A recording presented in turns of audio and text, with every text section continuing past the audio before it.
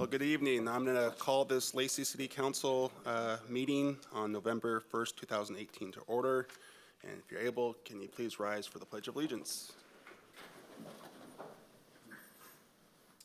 I pledge allegiance to the flag of the United States of America and to the republic for which it stands, one nation, under God, indivisible, with liberty and justice for all.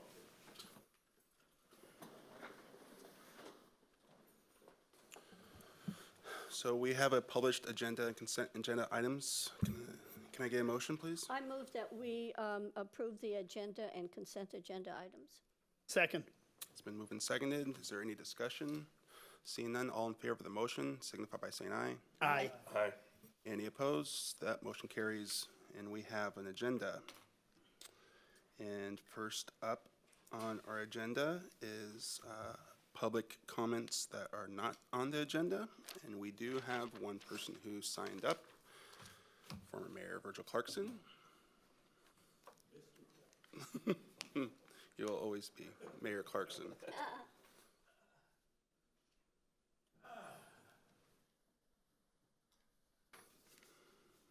Thank you, Mr. Mayor.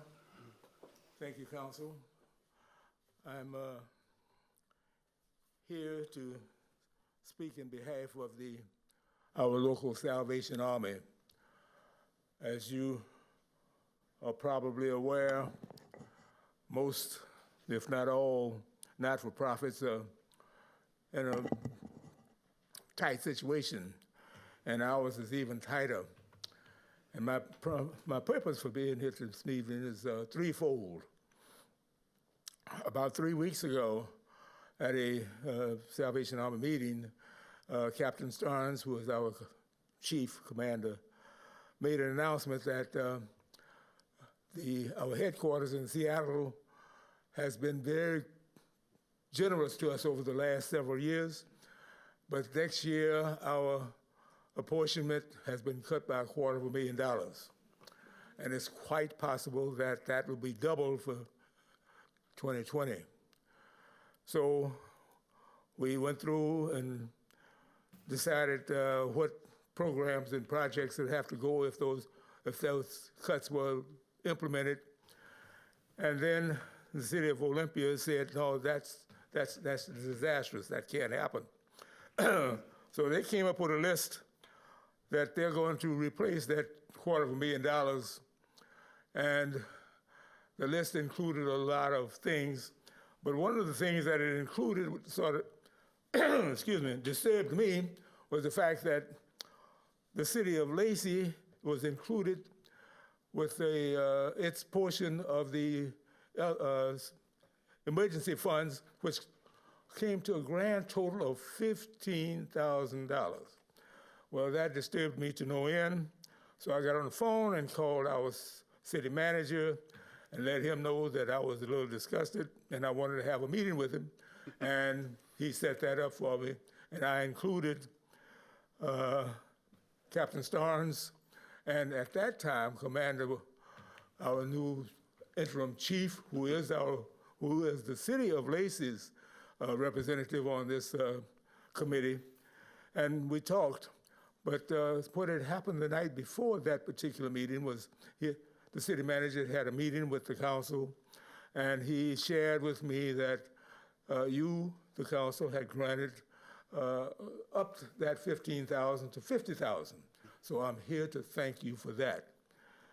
The next item is that, as you know, our primary source of revenue is the red kettle. And that has not been going too well recently.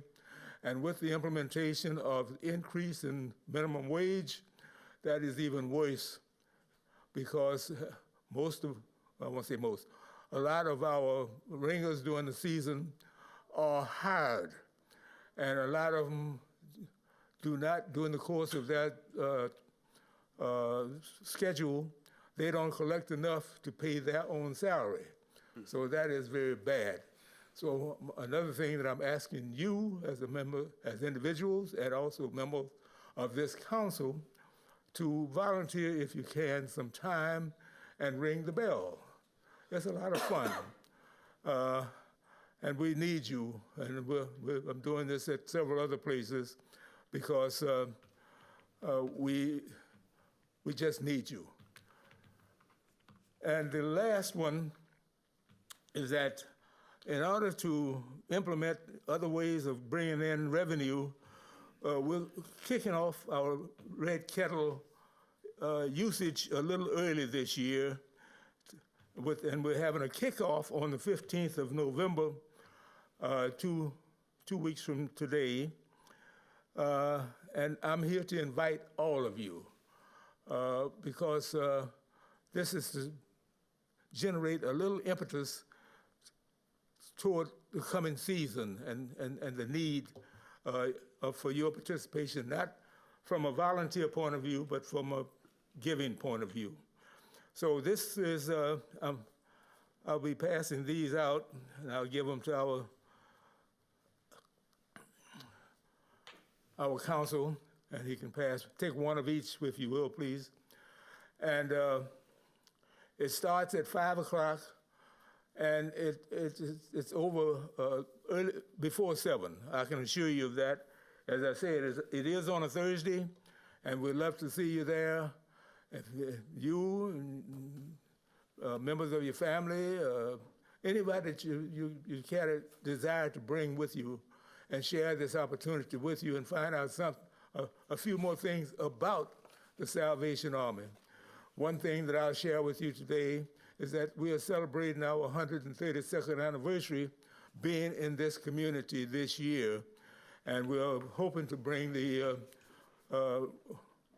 renowned tuba band as a little bit of entertainment and support for you to open your hearts and open your pockets. So thank you very much for this opportunity, and if there's any question, I'll ask it as long as I have a couple of seconds left with my 3 minutes. Jason? I just want to acknowledge this council of late has taken extreme leadership in both the areas of homelessness, but also in engaging with the faith community at the same time. And the Salvation Army here that Mayor Clarkson invites us to has been doing this for 107 years here, and they're committed to an upgrade as well. So I think it's great timing that you spoke here tonight, Mayor Clarkson, and I thank you for that, and I thank the council and the mayor and deputy mayor for the leadership that you've shown in the last year for both of these opportunities to help. Thank you. Great. Thank you very much. Thank you so much, Mayor. Really appreciate your welcome anytime. Oh, I have one question, yeah. Is there an age limit on ringing the bell? Because I have 2 teenagers at home that, Can you well, the only I'm not thing sure that I would... with money or the regulations that the Salvation Army has, but we're always looking for opportunities for them to be involved in the community and volunteer. Not just them, but their friends and youth in general. So that's why I asked the question: is there an age limit on being the kettle, and manning the kettle and ringing the bell? As far as I know, there is no age limit, especially on the other end.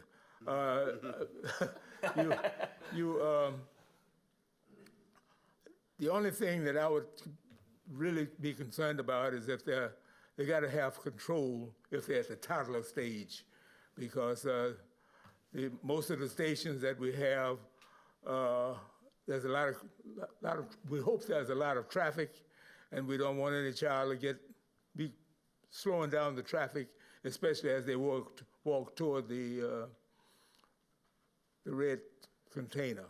Mm-hmm.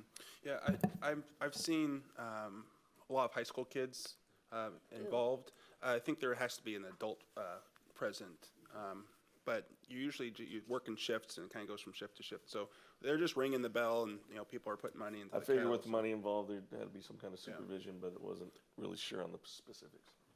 One more question, if I may. To be clear, Virgil, you haven't been serving with the Salvation Army for 107 years yet, right? Say that again? You have not been serving with the Salvation Army locally for 107 years yet, though, right? No, Not you. No. Okay, just wanted to be clear. No. Thank you for bringing that to my attention. No. Well, thank Ma'am? you. Thank you very much. Thank you. Appreciate it. Thank you very much. Is there anyone else wishing to address this council on any items that are not on the agenda? Seeing none, we'll go on to our next agenda item, which is going to be I'm going to open up this a public hearing on revenue. So I'll open that up now. Thank you, Mayor Ryder. Good evening, Council. Tonight, we're conducting the first of 3 public hearings on the budget. This is known as our revenue hearing. It's probably most known purpose is to give the public a chance to comment on any potential property tax increases for the next year. So we're doing that. You are obligated to adopt property tax before the end of this month, so November 30th. You are scheduled to adopt the 2019 property tax on November 15th, so 2 weeks from tonight. So I'd like to focus on the general fund. I will, of course, touch on some of our other funds, but since we are talking about property tax, it is one of the major funding sources for the general fund. The general fund provides the services that I think our citizens are most aware of, such as police, engineering, streets, parks, and such. I realize this is a busy slide. I just really wanted to show you the totals and the comparison to the past year. So your total proposed general fund revenue budget is $49,463,160. This is an increase of about $783,000. I would like to point out this is a slight increase from that was presented by the city manager last week. We had 2 minor adjustments to property tax because of the refund levy, as well as some additional new construction, and I'll cover those in detail in some following slides. I will touch on each of these 8 categories in detail, so I won't spend a lot of time on this slide, but obviously we're bringing in more revenues than we are this year. That's a sign of a stronger economy. I do want to point out that the all other, the large category at the bottom, is showing a $1.3 million increase.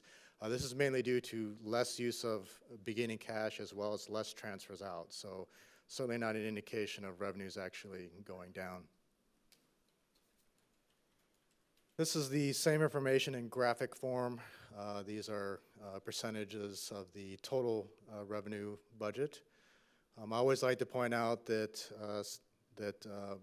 the tax total, this year it's 57%. So 50% of all revenues come from taxes. 21% coming from direct fees or charges for services. That's in permits and fees at 5%, service fees at 16%. Really, I point this out because these are the only fees that are directly paid by the public, so 21% are actually recovering the services for which are provided. Sales tax is our largest single source of revenue for the general fund. That is a bit of, it's not quite normal for most cities. Most cities' property tax is the largest source. So really, just the kind of the word of caution, sales tax is probably one of the more volatile sources of revenues. Property tax are very stable, so that's one of the reasons I point that out. So let's look at property taxes. These are the levies that our property owners within Lacey see. Really, there's three levies: the general levy, which provides funding for operations, and then we have 2 voter-approved levies. We actually have, it's shown, the parks are split up into 2 because we issued debt at 2 different times, but really it's one approval by the voters. So you're seeing an overall increase of about $328,000 that will be collected next year. So let's look at the details of the general levy. So with the general levy, we always start with the current year's authorized amount, and that is just over $6.4 million. We add new construction, which is the valuation of those new properties on assessment rolls. Those are exempt from the 1% limit. So this year we are adding $185.4 million, which results in about $209,000 in additional property tax revenues. Since the last time you saw these numbers, the new construction number went up about $3 million, which is one of the changes to property tax.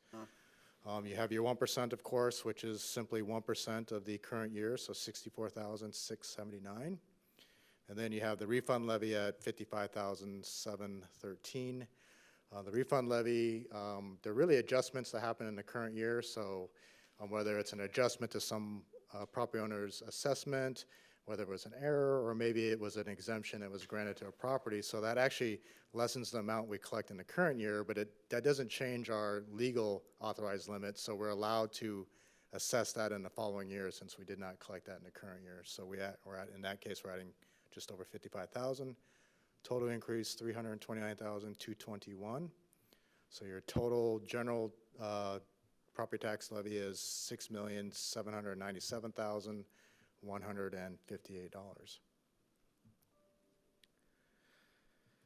This slide you probably recognize from the city manager's presentation from last week, but this is the 10-year history of the property tax levy.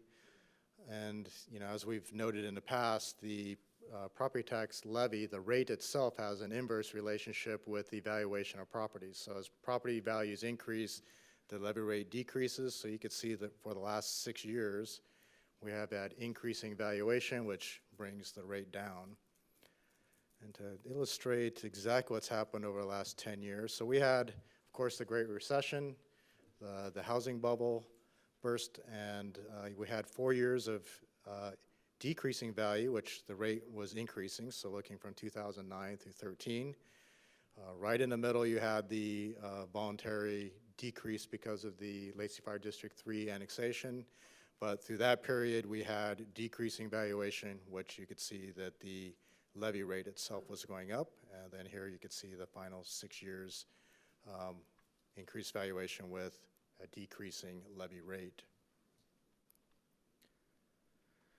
So I want to talk about sales tax. This is our single largest source of revenue for the general fund at just over 22%.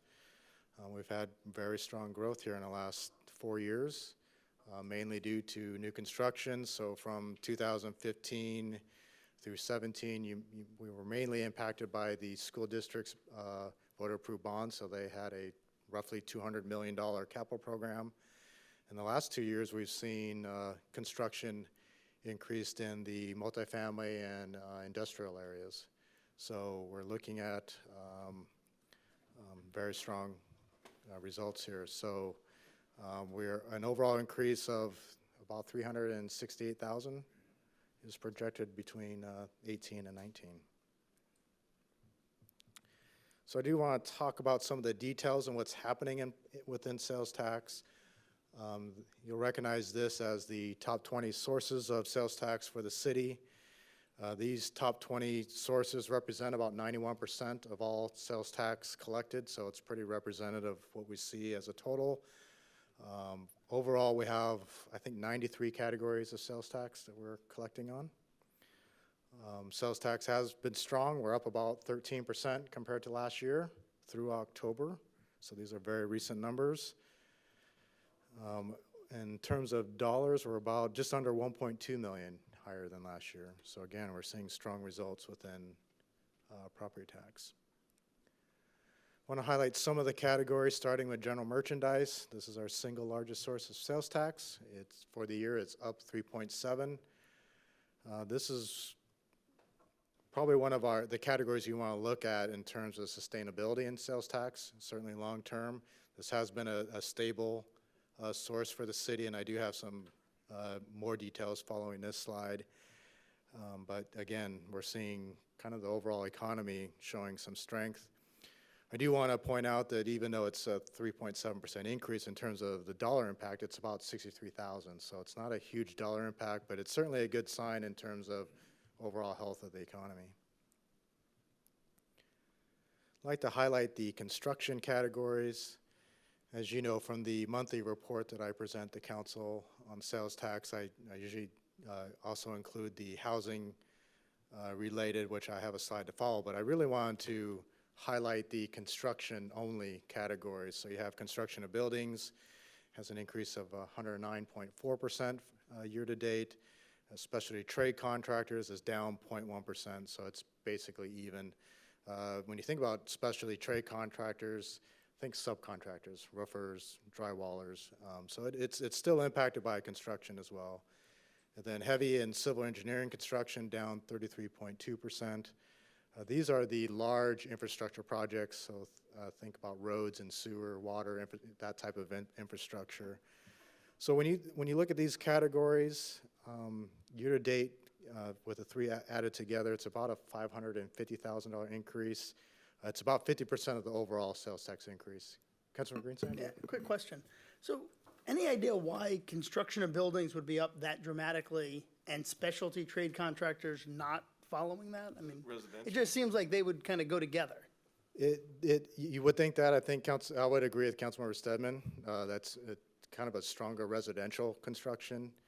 Were they not using like a general contractor license? No, I mean, a lot of the taxpayers in that category do fall under roofing and drywalling, that type of activity. And it also really depends on how the taxpayer themselves categorize them. So, You self-identify. it's kind of a self-assessment as to which category you fall into, so it's not an exact science. But they do tend to go hand in hand, so that's a good observation for sure. You bet. So again, if you look at these categories cumulatively, they make up about half of the total sales tax increase year to date. So I do want to show the categories that are also related to construction and development in more of an indirect manner. And as you can see, these categories as well are experiencing high increases. Building material and garden equipment supplies, that's pretty self-explanatory. Your merchant wholesalers, this is one that you would normally think would be related to construction and development, but what happens within this category is, think about equipment like HVAC equipment, computer equipment, of big developments, and think industrial developments, you could have pretty large sales within this category. So it typically falls within this merchant wholesalers. And then administrative support services, this is a really kind of a catch-all category. Landscaping, of all things, lands in this category. So I do want to highlight the two categories that I think are most impacted by internet or online sales. We did have a major change to the sales tax structure with Washington State requiring that out-of-state online sales be subject to Washington State sales tax. And of course, we have the recent South Dakota Supreme Court decision that is consistent with that. So traditionally, before those changes, non-store retailers was typically where you saw online sales come into the city. We're seeing more of a shift to this miscellaneous store retailers. But I will also point out that these out-of-state online retailers, they could also report within these other categories, and they do so. In terms of online sales, we're seeing the similar trend we've seen the last 5 years with significant growth. It's right around a 15% annual increase for online sales, and there certainly is not any end in sight in terms of that shifting trend.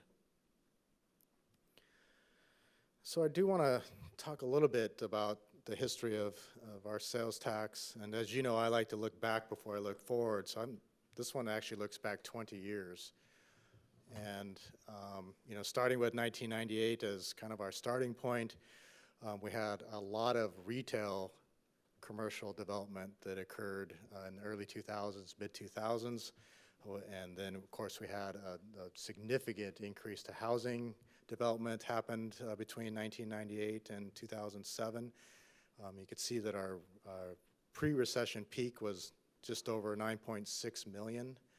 And then, of course, the Great Recession hit. We hit a trough of about 7.9 million. And really, we didn't recover until 2016, which is almost 10.5 million. You could make the argument that we fully recovered the year before. We collected about 9.5 million. So somewhere between 2015 and 16, we actually fully recovered from the Great Recession. So it took quite a while. And of course, 17 was another strong year for construction. But really what I want to point out here is the kind of the shift in why we're seeing the increase in sales tax. So, and the difference the next time we see a downturn, because it's going to happen, we just don't know when. So really we had our retail base, our baseline completely changed between the 2000s and when you get into the 2010s. So you had a lot of retail development, an increase in retail sales, and then when the recession hit, we didn't drop down to the pre-retail development, we dropped down to the new baseline. So that really helped us survive the Great Recession. I mean, we made smart decisions, of course, and we were good stewards of public money, but there was a little bit of luck involved as well in terms of this commercial development. So we don't have that same type of scenario that's happening right now, because most of the commercial development is wholesaling and out in the Northeast Lacey area that doesn't generate sales tax. So it's just kind of a word of caution and something to think about as we move forward and the possibility of seeing a downturn coming up. I do want to look at general merchandise, same time period. Really follows the same trend line. Again, we had a lot of retail commercial development happen in the early 2000s, mid 2000s, which you could see that in the graph, a very steep increase. Again, resetting what I would call the baseline in terms of retail sales. Fortunately for us, that this was a category that stayed consistent through the Great Recession. This was a big reason we made it through. Same trend line in terms of the recovery from the Great Recession. It took, in this case, 10 years actually to get back to that pre-recession level of, on the graph of 1.944.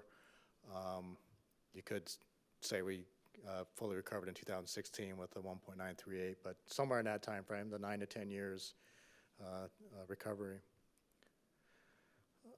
What I do want to point out is this doesn't consider population growth whatsoever. So there was 28% or so population growth during this period. So obviously that has an impact on sales. And we did have an interesting conversation at both the pre-budget workshop and at the finance committee about, well, you know, what is happening in general merchandise as it relates to population.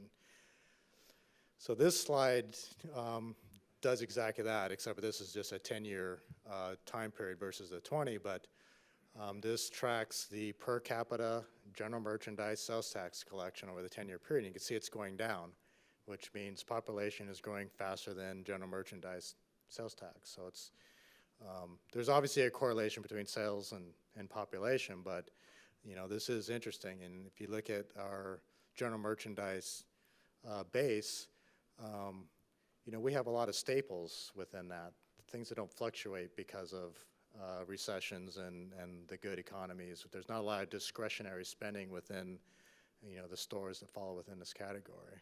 But we're certainly losing ground in terms of population. Yes, sir. Question? Yes. So that's interesting. You're talking about per capita. Are you basing that, is that on a static tax rate so that the merchandise is what is the variable, or the sales is the variable? And in other words, does the tax rate stay the same through this chart? No, you're right. The sales tax rate has Is changed. that if the over rate this year. changes and the sales change, then you have two variables going against the population? Right, so we've had sales tax go up over this time, so it should increase the revenue. Are you talking about the Transportation Benefit District or? Well, so what have we had over the, I mean, I remember at one time our sales tax rate was 8.2%, and now we're up at 8.9, looking to go to 9.4. The city's rate hasn't changed within this period that I'm aware of. Yeah, we've maintained really 8.7 during this time frame. Okay. With the exception of the 2/10 for the TBD. And I think what Troy's trying to isolate is the fact this is general merchandise, so the TB dollars would go to basically our Taylor Street, or the So that does change. Capital though. projects. In 2018, the 2/10 went up, so our revenue should have increased. Right, that's not included in this number, so this is just general merchandise, total general merchandise collections for the year divided by the population for the year. So what your conclusion here on this chart is that consumers are spending more on general merchandise over this time, per capita. Or spending less. Less per capita Less over per this time. capita. Yeah. Correct. So that's an indicator of internet competition? Or you're that ward. Or spending. Bleeding out. I mean, our residents are obviously going someplace else to spend their money than the city of Lacey. Or they're just consuming less. Or they're consuming less, or they're buying. If they're buying online, that shouldn't affect it because we should be collecting that sales tax here, so it's bleeding retail. But we don't have the big ticket. I mean, it's clear what's happening is people are doing their grocery shopping and such in Lacey, but they're going elsewhere to do a lot of their other To buy shopping. their clothes Well, that's or assuming that they're something. shopping as much. They might be consuming less. Yeah, and again, looking at the 20-year period, we haven't had a lot of commercial retail development, which also impacts the amount of collections as well. And the final kind of 20-year look back I want to present to you is the construction. So this is just construction of the three categories: construction of buildings, the building, and as well as the heavy and civil engineering construction. So it's just the three categories. I don't have any real insight. I mean, this is really I think the takeaway here is there is a lot of fluctuation within construction activity. We peaked in 2007 at 2.4. We've had strong construction activity the last 2 years. It's continuing in 2018. In fact, our year-to-date, or first 8 months of the year, we're at 1.6 million. So we're going to exceed 2017 in 2018, but it's obviously fluctuates from year to year, hard to predict, and this is one of the reasons we take a conservative approach in terms of our sales tax projections, because this is a very volatile categories within sales tax, and really depending on what's being constructed within the city limits. Isn't 2009 through 14 a water issue? Water? Yeah. No, that was, we had a ban, but that was in our urban growth area, not within the city Okay. of Lacey. Thank you. That's really just a result of the Great Recession and subsequent But slow recovery. we can extrapolate out what's gonna happen next year. Like, we know it's gonna increase next year as well, because you look at the projects that are on the books. So we're not worried in 2019. No, 2019 looks solid in terms of construction. It's a little hard to tell looking further, but yeah, 2019, which is one of the reasons this year's budget balancing effort was very similar to the last 2 years, is because of this increase in construction. So yeah, we think that 19 will be very similar. And you said that we're at 1.6, that's only 8 months in, correct? Correct. So we're actually gonna probably get pretty close to that 2.4. We're going to see a slowdown just because of we've already collected for the summer months, but it's Okay. We're feeling good about that number for the year end for sure. You have I don't know whether we'll break You that have record. probably 2 more months of collection, because you're collecting back 2 more Correct, months. So correct. you're not gonna get hit, not gonna get hit yet, but, yeah, and we can see some pretty good sized projects coming. Albertson's property will finally get going for next year. There's more multifamily housing coming on next year. And then, of course, all the permits north of Gateway Boulevard, that's gonna be switching over to the city of Lacey. Has that hit us yet? Are we starting to collect on that yet, Rick?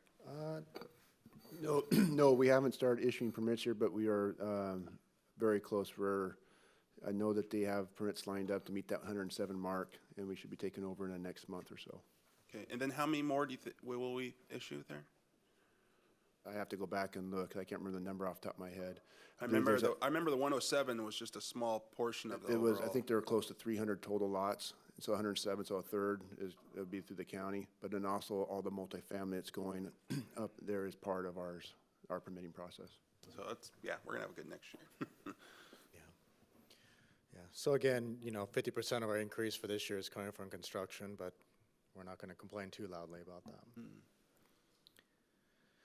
So let's look at some of the other revenue sources for the general fund. Utility tax is our third largest source of revenue. We have an overall projected increase of about $304,000 for next year. The majority of that's coming from Lacey-owned utilities, so about $237,000. We're projecting almost $88,000 increase for electricity, a phone utility decrease of $96,000. This is really that same trend of landlines being eliminated at the household level. And fire suppression, this is the water, the Lane versus Seattle issue going up about 83,000. So, you know, just kind of general comments about utility tax, this is primarily trend analysis as well as incorporating any known rate increases within these categories. Permits and fees, we have an overall increase of about 271,000. Almost all of this is coming from our building permit activity. So about a $250,000 increase from building permits and a $60,000 increase to mechanical and electrical permits for 2019. Continuing with other sources, we have other taxes, which is primarily B&O tax that makes up the majority of this. We have an overall increase of almost 275,000 projected for 2019. The majority coming from business and occupation tax, right around 218,000. We have some minor increases for some of our smaller other tax categories. State shared revenues are going up slightly.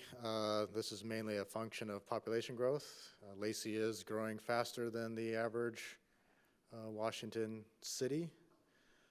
We also have I would say a larger increase within marijuana enforcement. So the state legislature has included additional disbursements to cities based on their collections at the state level. But really staying pretty consistent. It's refreshing that the state's budget as well is doing better, and they've addressed their McCleary issues. So these are one of the categories that we were playing defense a little bit. So it's good to not have to talk about that. Service fees, we have a $421,000 increase projected for 2019. The majority of this increase comes from interfund charges to utilities, parks, and streets. So our engineering and design functions, those are paid for within a general fund, but those services are benefited by the utilities and street funds, so we charge them accordingly. And then we have a broad category of basically all other revenues. We have an overall decrease of almost 42,000, but as I mentioned in the first slide, it's really a function of fewer transfers in between the funds. We're almost offset by increased investment earnings. So we have a rising interest rate environment, of course, out there, as well as the city this year hired an investment advisor that is working well for the city. So pretty significant interest earning increase projected for 2019. And then the final general fund category I'd like to discuss is beginning cash. Again, it's really just a function of using less reserves for some of our capital projects. So about a $1.25 million decrease for 2019. Really, these are you could kind of point at two projects in 18 that are not reoccurring in 2019. We have $910,000 that the council authorized for strategic economic development initiatives that's not occurring in 19, as well as a capital project for public records, although you'll see this again in 2019's budget because it wasn't completed in 18. Yes. Remind me, forgive me for not remembering this, but are we going to be able to track those strategic economic development initiatives to see what the ROI is over time? So you may recall we had about $200,000 for the makerspace, so that's a portion of the $910,000. We had $210,000 go to the Port of Olympia partnership because our idea is to create an industrial incubator space, and then we had $500,000 allocated toward Woodland District. At some point, if we need to do infrastructure, it's there. So we're making progress on the makerspace. At some point, we'll have another update with council on that. There's been some, I'll say, changes in terms of at the port level where that has been delayed, and once I think maybe a new executive director gets on board, that will obviously accelerate. It'd be fun in a year or two to bookmark that and watch, but we fully intend that 910 will become more over time, and we'd like to see that. Absolutely. Yeah. I'm curious on the Woodland Square. Is Public Works planning on doing something there? As I know, multifamily housing looks like it's going to be coming there. Do we have something So planned? there are sewer expansions, it's required on behalf of the developer there. I don't know if the council chose to want to take that money and apply it towards that project, that would be your prerogative. But, I mean, what else would we use it, what other infrastructure would we use that for? There could be a couple of different things. One is, could be the, sewer infrastructure that's, needs to be upsized, or there's also the branding program is going to come out with a list of items to be able to incorporate in the district for promotion of the area as, whatever that it's to become. So that's going to have a menu of items of infrastructure, and then also any type of, identify, part of that program is identify crosswalk improvements, those type of things too, as a potential. However, we don't know it, 'cause we don't have the draft recommendations yet, and those got to be vetted out to make sure that we're spending it wisely and meeting the council's objectives.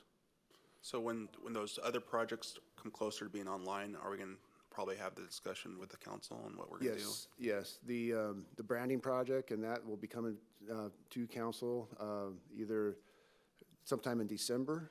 We're working with the finals, having the final meeting with the steering committee, who will then develop some recommendations with our consultant, and then that will inform a lot of some of that infrastructure investment.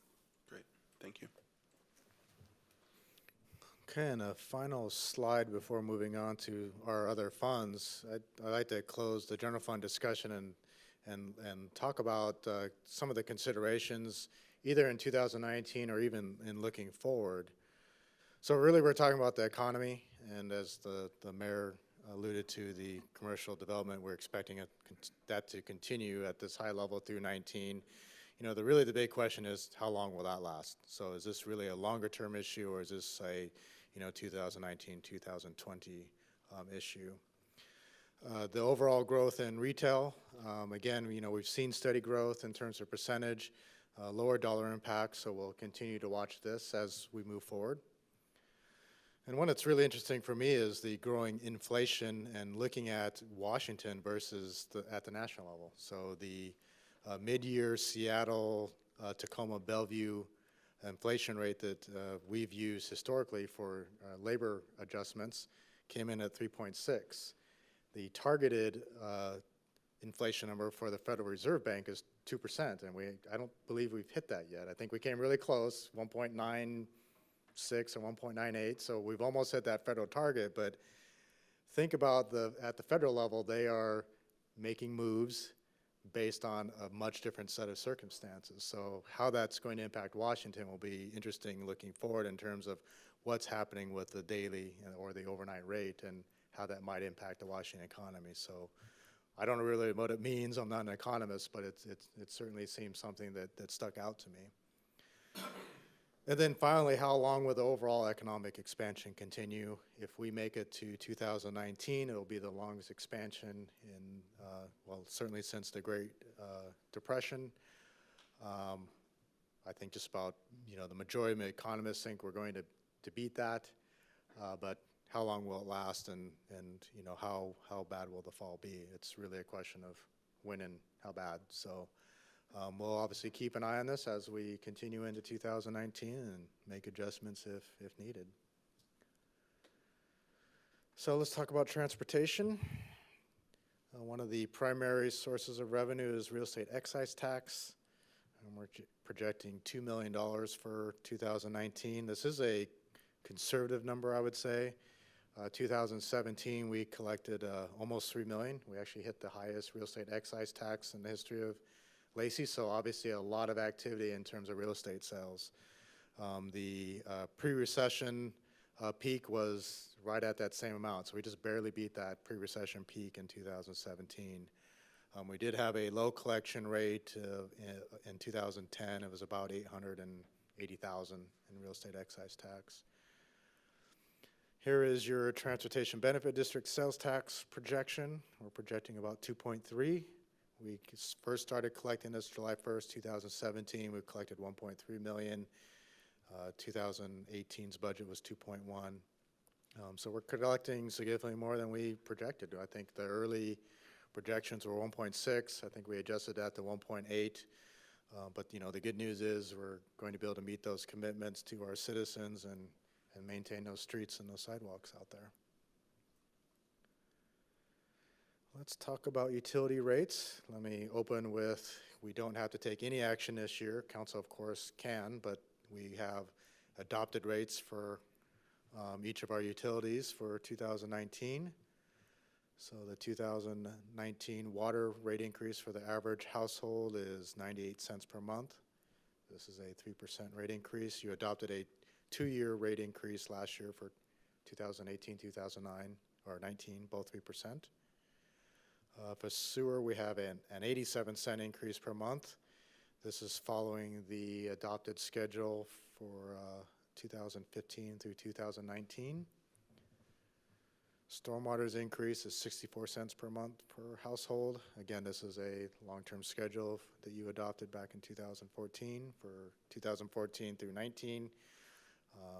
You could see that next year in 2020 is going to be a big year in terms of discussion at the council level about utility rate increases.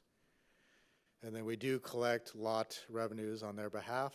Their increase is 3% or $1.16 per household. So your overall utility increase for the average household is $3.65. So we're almost complete. Our next steps in terms of revenues, as I stated earlier, November 15th, you are scheduled to adopt property taxes. There'll be 2 actions requested of you. One is a resolution authorizing the increase. There's a state code provision that says we have to adopt a separate resolution or ordinance authorizing the increase that's separate from our levy ordinance. So we're doing that. And of course, you do have your 2019 property tax levy ordinance. So again, 2 actions will be requested of you in 2 weeks. And with that, I'd be happy to answer any questions you might have. Any questions? Councilmember? So, comment if I may. Thank you. Fascinating. A couple weeks ago, we had a discussion about property taxes at a work session, and I was thumbs down on the extra 1%. So, but I went back and said, I kind of don't want to just go with my gut, so I did a little research, and I found a really good article that I'm going to forward to the council. That was current article, high credibility. I don't know if it was Wall Street Journal or something else credible.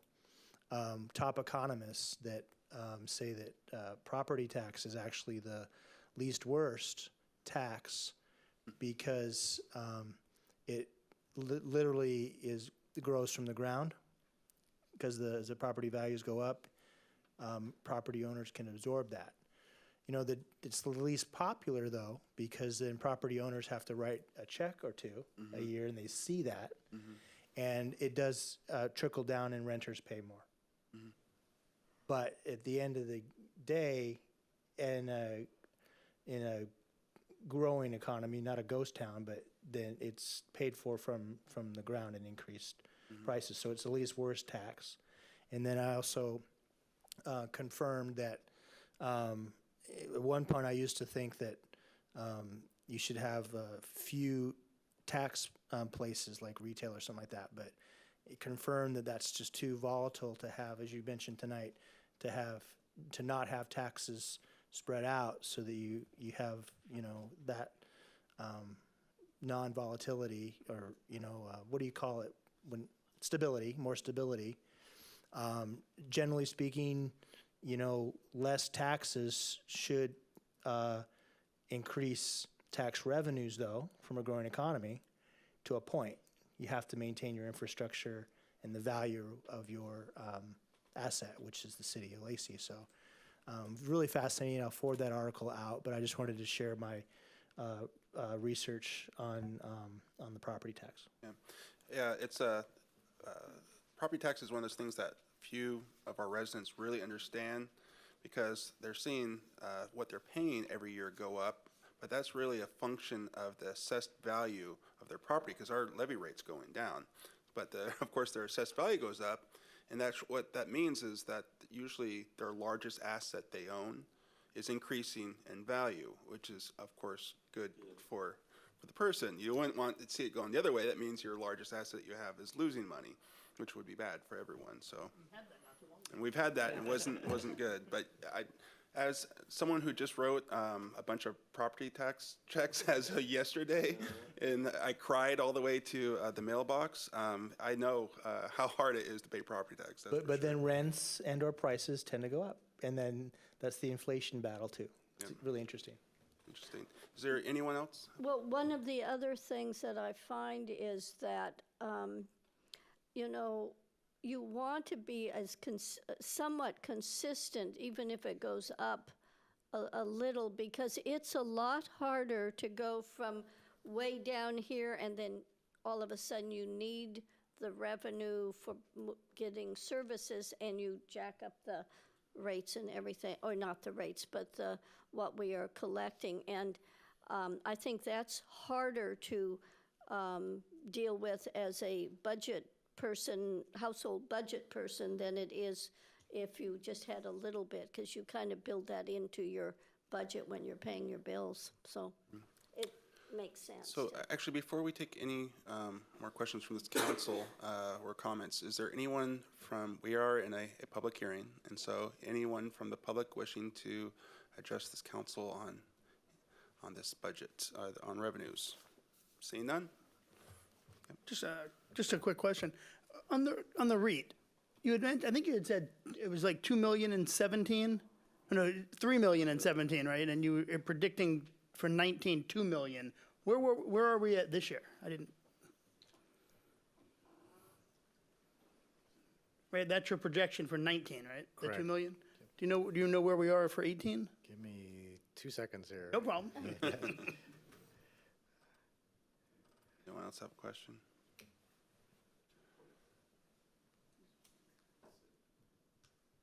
So as of August, it was 1.9. So again, we're taking a conservative approach admittedly, but Thank you. Yeah, so we're expecting it. It's obviously going to be more than 2 million if we're at 1.9 now, and we're for expecting 18 for sure. Yeah. 19 we'll see, but yeah, admittedly, it's a conservative look. I know one person that sold 6. I love how houses in that's the last considered 5 conservative. years. It's gonna be more than 2 million. We know for a fact it's going to be at least 2.5, but That's what I'm thinking. anyway. Is there anything else? Okay, then I will close this public hearing on revenue. And we will go on with our agenda, and next up on our agenda is under resolutions, a resolution to amend the council committees. Mr. City Manager. Honorable Mayor and City Council, so before you is a resolution to amend the council committee structure. This is somewhat one part house cleaning and the other part amendments. Currently, we have 3 resolutions, 620, 842, and 893, that clarifies the roles of our council committees. Council will know that we have 6 council committees that do the work prior to it comes to the full council. Those councils include Community Relations and Public Affairs, Finance and Economic Development, Land Use and Environment, General Government, Public Safety, Transportation, and Utilities. Some things that were expanded prior to this was land use was limited only to land use items. Council asked that that would also include environmental issues. So that is now part of that amendment. You may recall that there were some maybe clarification needed on how council members were assigned to those various council committees, so that is now clarified. It's also clarified that the committees will then select their own chair, so that's also part of that. Some other items included with this new resolution that talks about if for some reason another council member comes or attends a council committee meeting, that would now be a quorum of the full council. So it clarifies that yes, they can attend, but we need notification to make sure that we follow the Open Public Meetings Act. But there also that discussion would not be engaged in with the committee. They're there as, in a sense, an audience member. So that is also part of that. And then it also just clarifies that committees are essentially subordinate to the full council unless council grants them some specific task to do, and that's also part of this amendment structure. So if you have any questions about this, staff is recommending that you amend, or not amend, pass the new resolution 1071. Can I get a motion? I move that we approve the Resolution 1071 at this time. Second. It's been moved and seconded to adopt Resolution 1071, which will amend the council committees. Is there any discussion? Some questions? Could you expand on your perception of what kind of city business the committee would do now, more so than before? Please. So the most apparent one is environmental issues really did not have a place within the committee structure. Sometimes it went to general government, sometimes it went to the community relations committee. And so there was direction from council that should then reside under land use, so that will now be the responsibility of that committee. In the past, we talked about the utilities committee. Council has talked about reclaimed water. That was then identified. That should also fall under the utilities committee. Those are some of the major clarifications, but in general, the committees are somewhat intact. There was a clarification too that community relations and public affairs would also engage in parks and recreation activities. So sometimes in the past that would go to general government. So that will then fall under parks and recreation. Did I read in here, though, that there's more ability for committees to make what were previously more councilmatic decisions?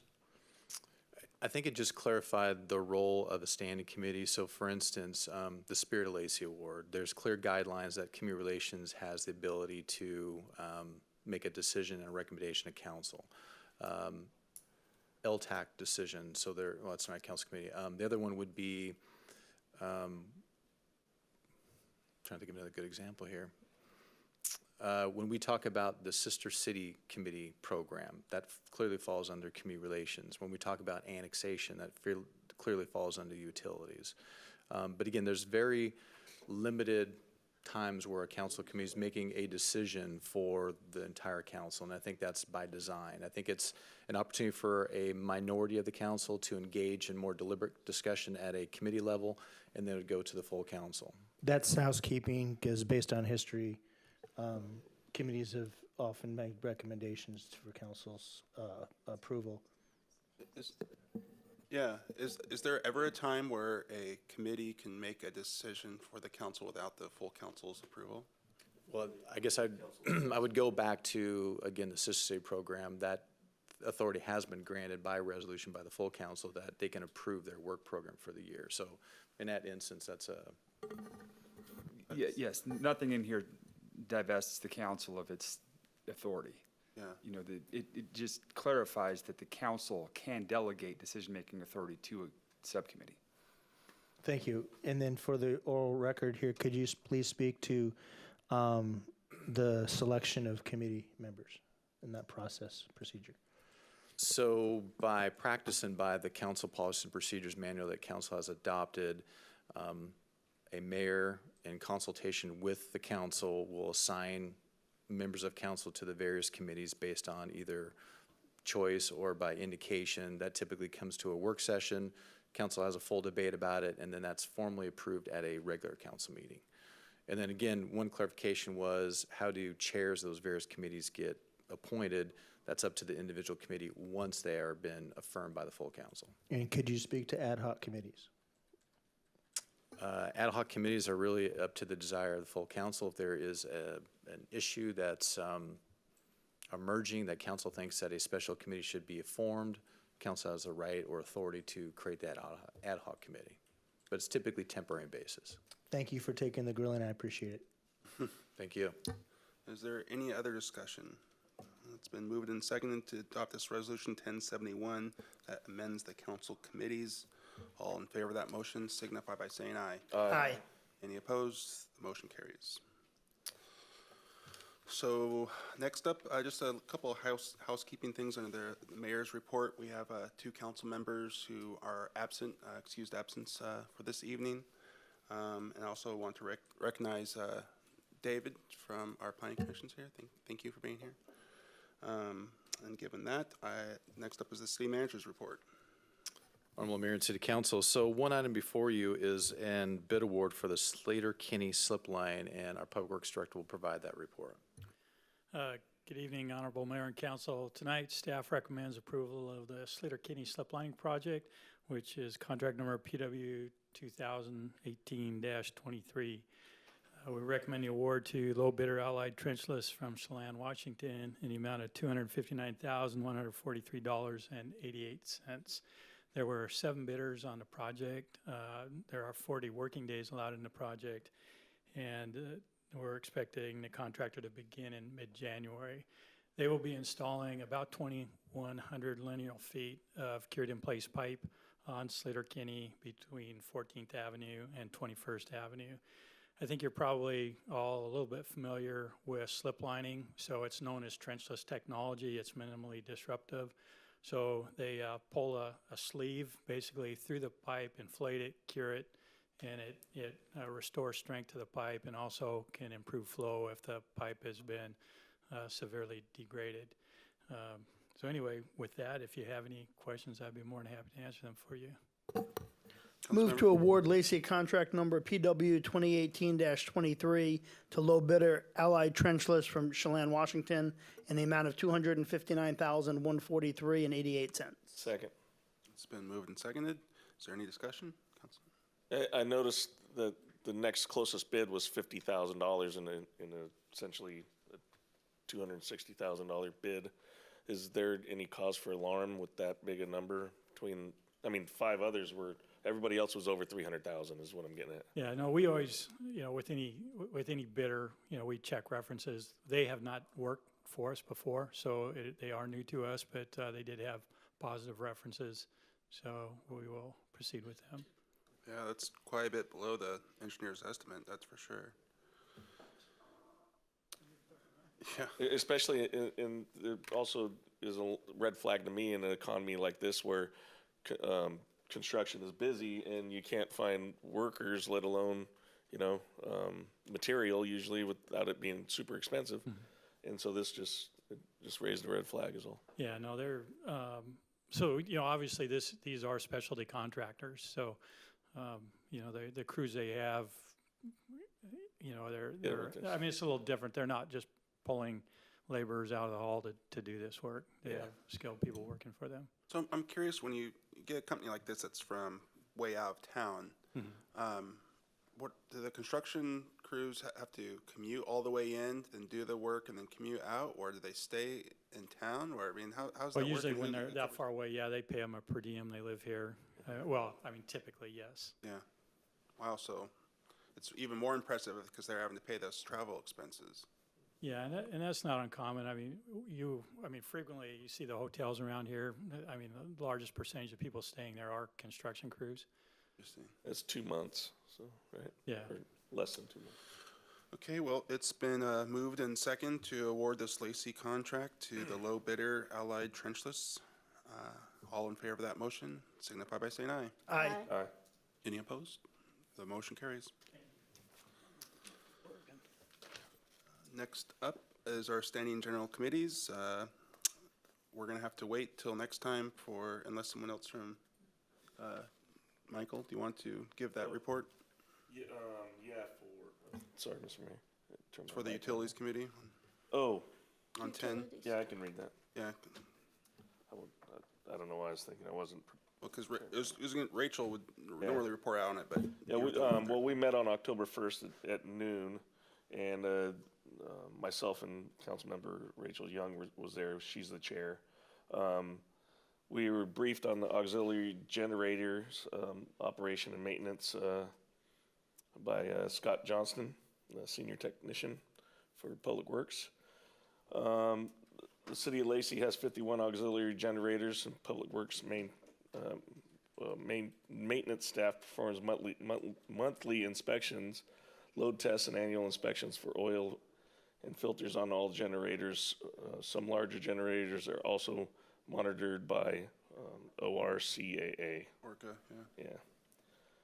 There are 40 generators at sewer lift station sites and 2 at water production sites. The city has 5 portable generators for lift stations and water facilities.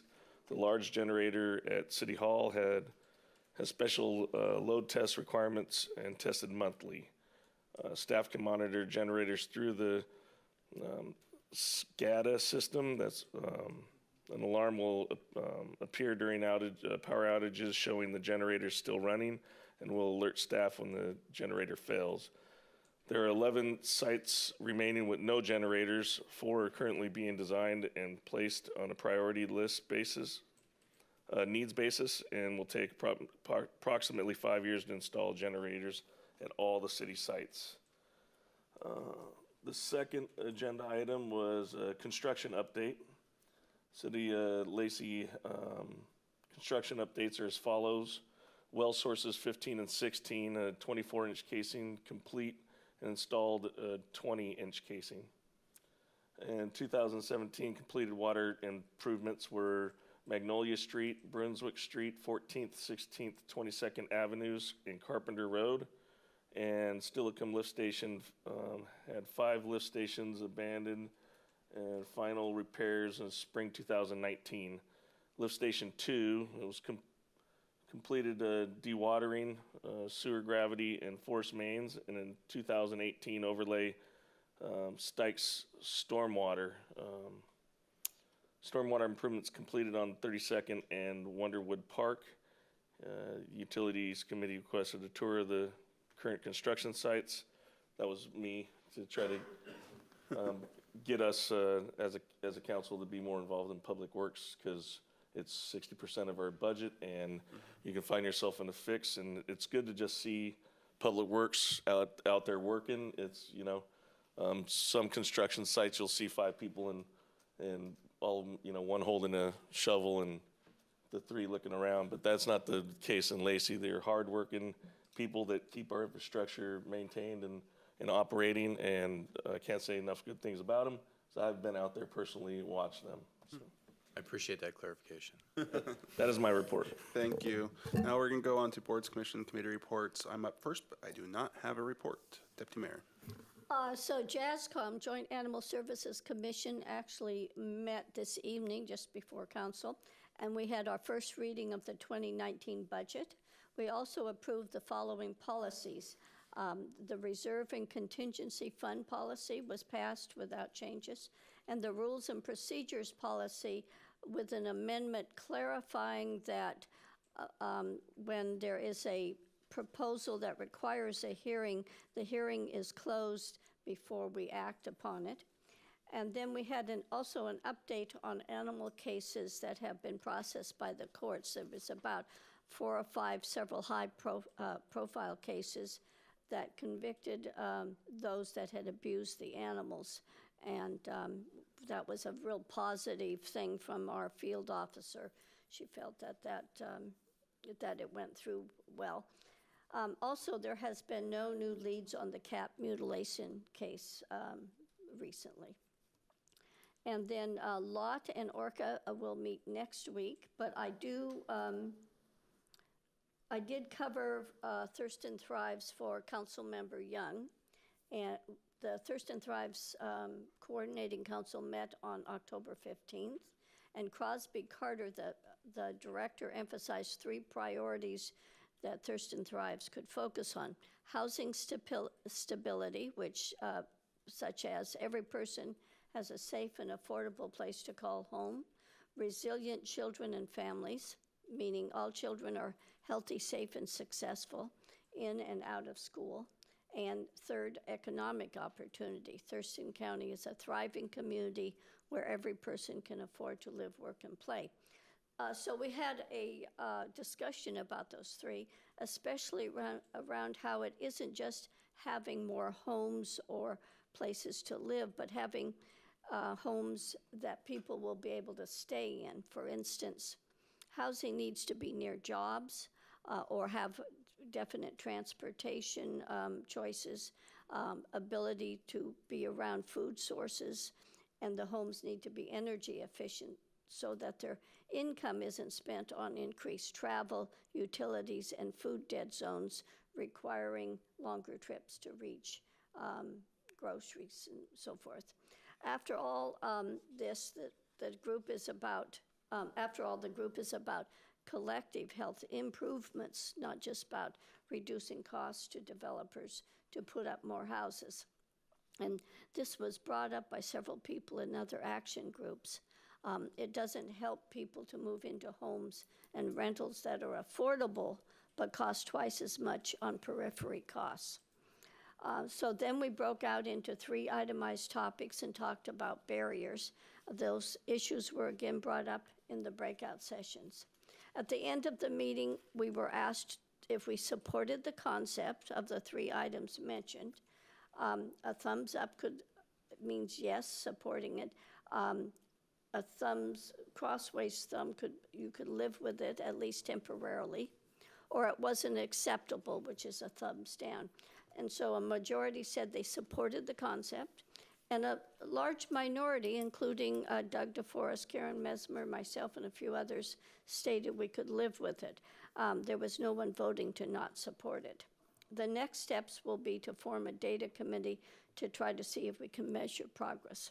So that's my report on Thurston Thrives. And Lot and Orca will meet next week, but I do have a very brief report out on my ad hoc committee for RIA 13, which I was just appointed to. And I attended my first meeting on October 25th. We had an overview of the Streamflow Restoration Act, ESSB 6091, and what our committee purpose was. And this committee is tasked with developing streamflow restoration plans that address the potentially negative impacts from new development. And it focuses on watersheds affected by the Hearst decision, in our case, the Deschutes watershed, and the group will look at exempt well permits and how they will affect streamflow.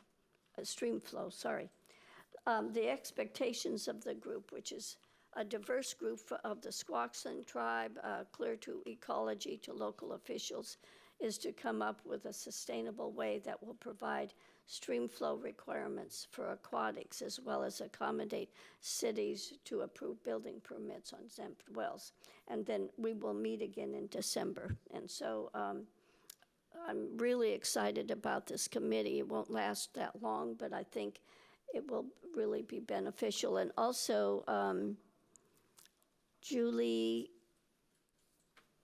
Rector, I started to say another name, was also there, which is great because she is on our Water Resources Committee and will help me as well as be really beneficial to the committee. And that's my report. Thank you. Councilmember Greenstein. Thank you. So emergency medical met on 10/17. We had a rather long debate about whether the special planning committee work should continue or be done instead by the full board. It was decided in the end that the special committee would continue, that trying to do that work at the full board was just not reasonable and would never get accomplished. Also discussed the fact that there's going to be a change in the patient charting software that's used by all of the medical program in this county right now. That'll take place on the 3rd of next month of December. And then our budget was moved along to the public hearing process. So things are moving along there. Also had a meeting of the Opioid Response Task Force. They met on the 29th of this month, actually last month now. Thurston County declared a public health crisis because of the opioid abuse problem. The goal of the task force is to come up with a response plan for how the county will respond to that problem. Budget for the task force has been preliminary approved. It's with the county commission at this point. And then the last thing, which is somewhat disturbing, is there's been a dramatic increase in narcotic overdoses in Thurston County. So in the last 6 months, there have been 79 overdoses requiring Narcan. But the really scary part of this, 33% of those were in the last 30 days. So do the math on that. That's pretty scary. That's a lot of overdoses in the last 30 days. They believe that it's likely that there's some bad heroin or bad drugs out on the streets right now. So just something for the public to be aware of. And that is my report. Don't do heroin. Probably a good idea, not do heroin, yeah. Jeez. Councilmember Hearn. Olympia and Beyond had a nice retreat a couple weeks ago, but I'll report on that later. And but I had a question about this crisis, and was wondering if without notice, we could inquire of law enforcement about, you know, what's happening as far as responses and whatnot. I know there is response, and if there's, this is a big deal. Yeah. I'm curious about. There's a lot of those what we're happening gonna do. downtown Olympia. What's the percentage of that's happening in Lacey compared to Olympia?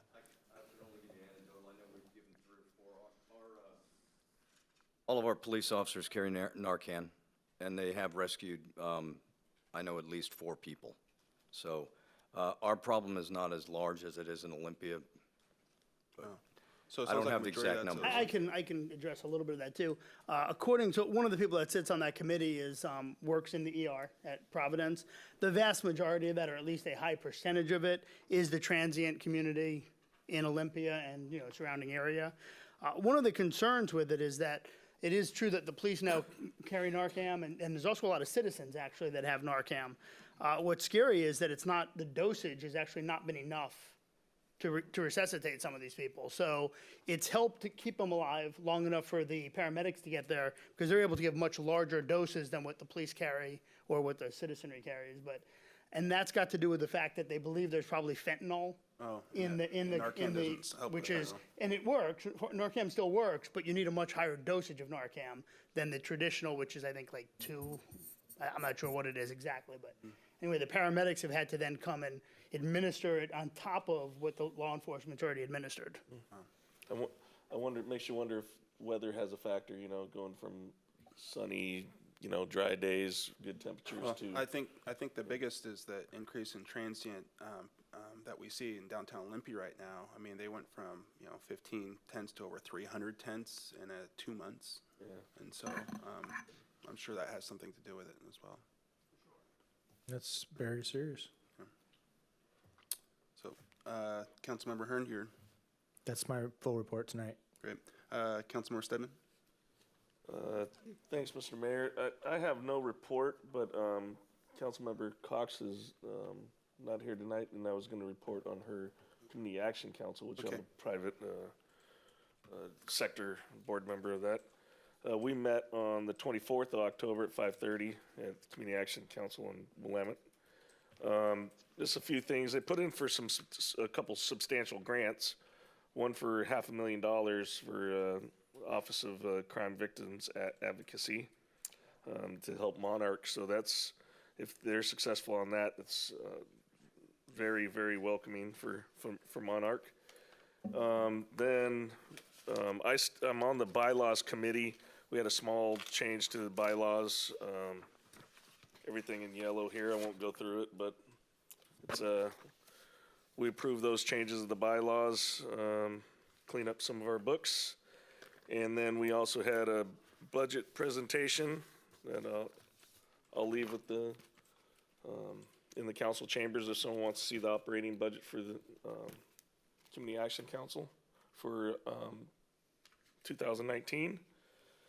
And we had nominees for, get to that page here real quick. Chair, vice chair, treasurer, and secretary. So Debbie Sullivan was re-elected as chair for the CAC.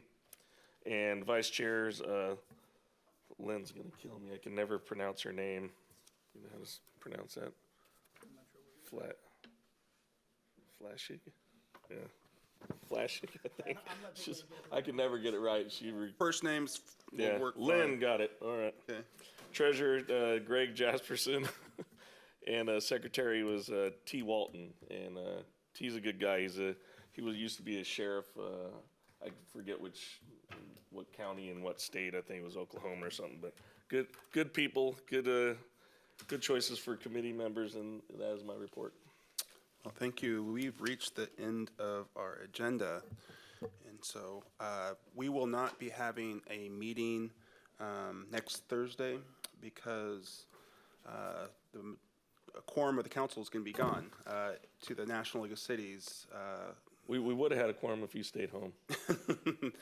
Well, I have commitments, as you know, at the National League of Cities on the board of directors there. So we will be in LA, and so we're looking forward to all the great information they provide at NLC, and we'll be able to bring that back and share with this full council.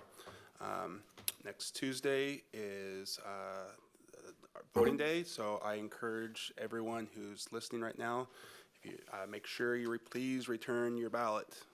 Voting is the one thing we all have the right to do here, so make sure you're registered, make sure you vote, and make sure someone else that hasn't been planning on voting, they vote too if they're registered. So we will look forward to hearing those results.